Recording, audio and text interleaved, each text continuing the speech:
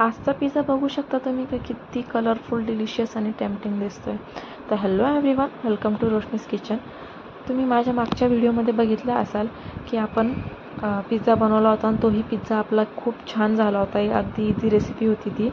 तर त्यातलाच हा नेक्स्ट रेसिपी सांगते मी, फक्त ही थोडीशी डिफरंट आहे त्याच्यापेक्षा. तर चला आपण इथे लगेच रेसिपीला सुरुवात करू. इथे मी एका छोट्या कढईमध्ये 1 चमचा तेल गरम करायला ठेवलं आहे. त्यामध्ये मी थोडंसं जिरं आणि थोडीशी मोहरी ही व्यवस्थित फ्राय करून घेणार आहे. ही पण रेसिपी अगदी सिंपल आहे, अगदी सोपी आहे. तुम्ही नक्की ही पण ट्राय करून बघा. ही रेसिपी जी आहे ती थोडीशी पिझ्झाला एक स्पायसी टेस्ट देणारी आहे. तर ज्यांना स्पायसी खायला आवडतं त्यांनी ही रेसिपी नक्की ट्राय करा. मी तर शक्यतो अशीच रेसिपी करत राहते. तर इथे मी अर्धा कांदा, अर्धी शिमला मिरची आणि अर्धा टमाटा हे तिन्ही मी बारीक कट करून त्यामध्ये फ्राय करायला टाकणार आहे कढईमध्ये. ही रेसिपी मी माझी स्वतःने ट्राय करून बघितलेली रेसिपी आहे. तर मला हा पिझ्झा खूप आवडला, त्यामुळे मी ही तुमच्यासोबत पण ही रेसिपी शेअर करते. तर मागच्या वेळेस जी रेसिपी केली होती मी, ती पण तुम्ही नक्की बघा, तीसुद्धा तुम्हाला आवडेल. आणि त्यानंतर ही पण रेसिपी तुम्ही नक्की बघा. जर चॅनलला नवीन आले असाल तर नक्की सबस्क्राईब करा आणि लाईक करायला विसरू नका.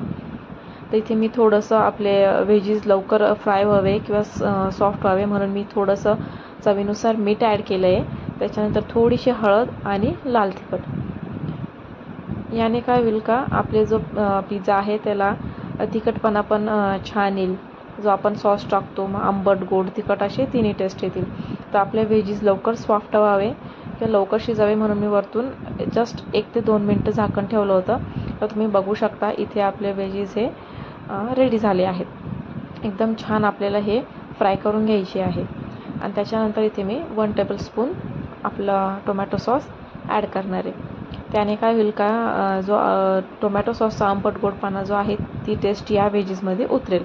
त्यामुळे याच्यात टोमॅटो सॉस नक्की ॲड करा. आता इथे व्हेजीस आपले पूर्णपणे रेडी झालेले आहेत. आणि याच्यानंतर आपण लगेचच पिझ्झा बेस आपण फ्राय करायला घेऊ. तर तुम्ही मागच्या व्हिडिओमध्ये नक्की बघा का, त्याच्यामध्ये मी सांगितलं होतं का पिझ्झा बेस जो आहे मी तो डायरेक्ट तव्यावर ठेवणार आहे. काही जण स्टँडवर प्लेट ठेवता, मग प्लेटवर पिझ्झा बेस ठेवता. तुम्ही तसंही करू शकता, पण हे मी स्वतःने ट्राय करून बघितलेलं आहे म्हणून तुम्हाला प्रेफर करते का तुम्हीही असंच करा. तव्याला मी बटर लावून घेतलं आहे, ब्रशने बटर लावलं आहे आणि त्याच्यावर मी हा आपला पिझ्झा बेस ठेवणार आहे. जी फ्लॅट बाजू असते पिझ्झाची ती आपल्याला खाली ठेवायची.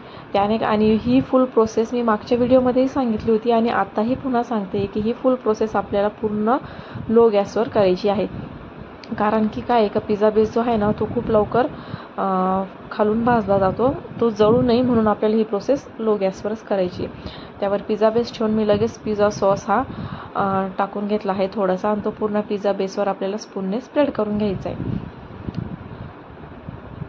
तसं केल्यानंतर त्याच्यावरून लगेच आपण थोडंसं टोमॅटो सॉस ॲड केला तरी चालेल, पण इथे टोमॅटो सॉस मी व्हेजीसमध्येच ॲड केला होता, त्यामुळे मी इथे टोमॅटो सॉस टाकला नाही. आणि चीज क्यूब मी इथे अर्धं किसून घेतला आहे. चीज आपल्याला पिझ्झामध्ये भरपूर वापरायचं आहे. आणि जे आपले व्हेजीस इथे आपण रेडी केले होते ते पण आपल्याला ह्या पिझ्झा बेसवर टाकून हे सगळं व्यवस्थित स्प्रेड करून घ्यायचं आहे. आता व्हिडिओत दाखवते त्याप्रमाणे इथं स्प्रेड करून घ्या.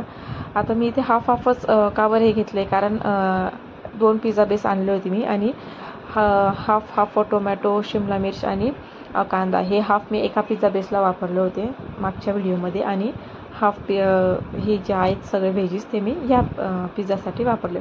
तर इथे थोडेसे चिली फ्लेक्स आणि ओरेगानो मी वरतून स्प्रिंकल करून घेणार आहेत. हे 2 तर पिझ्झाचे मेन इन्ग्रेडियंट्स आहे. जर तुम्ही सँडविच करणार असाल, पिझ्झा असेल, तर हे 2 इन्ग्रेडियंट्स तुमच्याकडे असलेच पाहिजे. त्याच्यानंतर अर्धा चीज क्यूब जो उरला होता आपला तो पण इथे पूर्ण किसून मी पिझ्झावर टाकून घेणार आहे. नंतर तुम्हाला वाटत असेल तर याच्यावरून कोथिंबीर ॲड करायची तर तुम्ही तेही ॲड करू शकता.